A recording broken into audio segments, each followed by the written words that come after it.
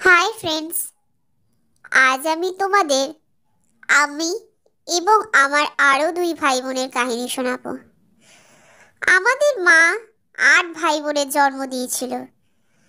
জন্মের পর যখন আমাদের চোখ ফোটেনি, তখন আমরা একসাথে কত ভালো ছিলাম। তারপর যে কি হয়ে গেল, এরপর আমি বলছি।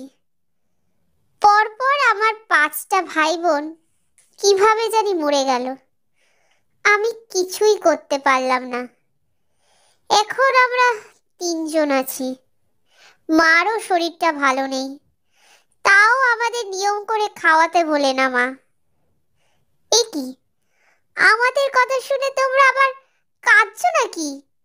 প্লিজ কেঁদো না।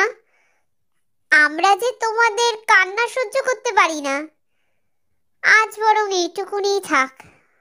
পরের দিন আবার তোমাদের সাথে কথা হবে, দেখা হবে। আজ আসি, টাটা।